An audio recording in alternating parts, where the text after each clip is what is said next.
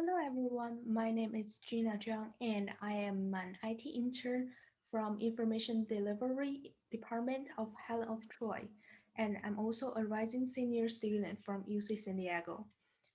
So today the book I recommend is called Velveteen Rabbit, which is written by Margaret Williams in 1922.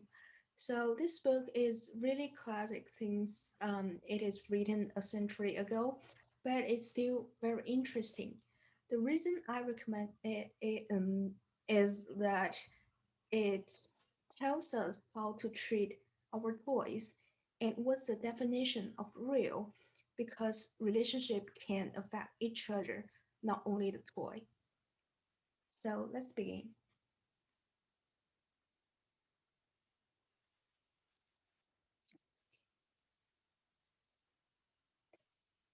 There was once a Velveteen Rabbit, and in the beginning he was really splendid.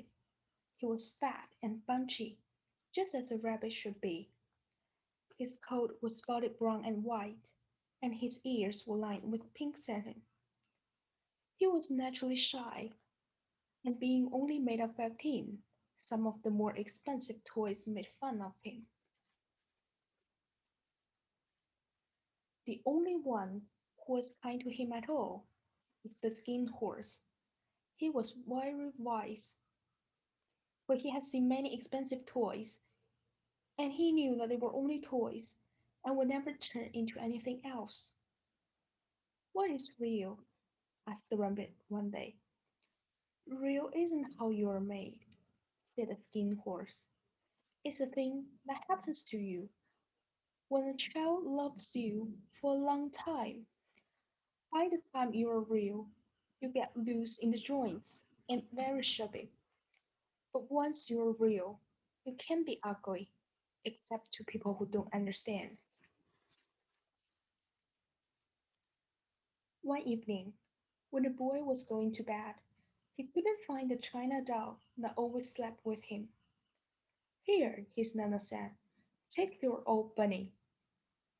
That night, and for many nights after, the Velveteen Rabbit slept in the boy's bed. And so time went on, and the little rabbit was very happy.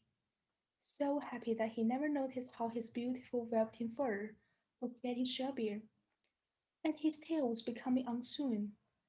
All the pink rubbed off his nose, where the boy had kissed him.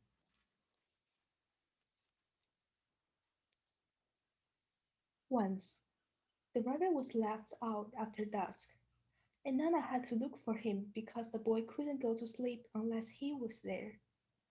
"Fancy all that fuss for a toy," she said. "You mustn't say that," the boy said. "He isn't a toy, he's real." When the little rabbit heard that, he was happy, for he knew that what Skin Horse had said was true at last. He was real. The boy himself had said it. Near the house was a wood. One evening, while the rabbit was lying there alone, he saw two strange beings. They were rabbits like himself, but quite furry and brand new. They stared at him, and the little rabbit stared back, and all the time their noses twitched. "He hasn't got any hind legs. He doesn't smell right," the wild rabbit exclaimed, jumping back. "He isn't a rabbit at all. He isn't real." "I am real," said the little rabbit. "The boy says so. Come back and play with me. I know I am real." But there was no answer.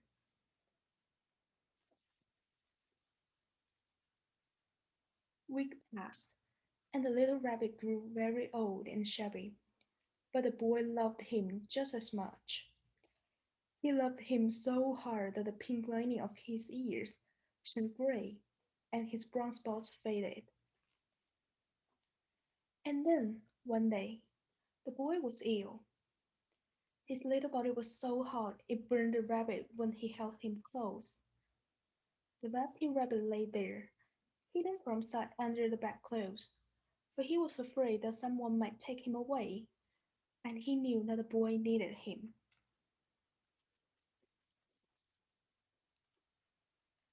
Presently, the boy got better. The room was to be disinfected, and all the books and toys that the boy had played with in the bed must be burnt. How about his old bunny? Nana asked. That? Said the doctor. Why, it's a mass of germs. Burn it at once. And so the little rabbit was put into a sack and carried out to the garden. The little rabbit felt very lonely. A tear, a real tear, trickled down his little shabby web nose and fell to the ground. Where the tear had fallen, a flower grew out of the ground. The blossom opened, and out of it stepped a fairy. I am the nursery magic fairy, she said. I take care of all the playthings that the children have loved. When they are old and worn out, I turn them real. Wasn't I real before? Asked the little rabbit. You were real to the boy, the fairy said, because he loved you. Now you shall be real to everyone.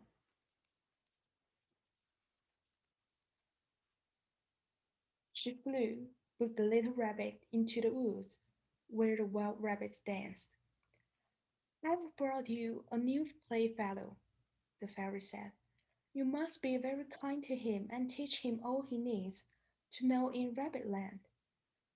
And she kissed the little rabbit again and put him down on the grass.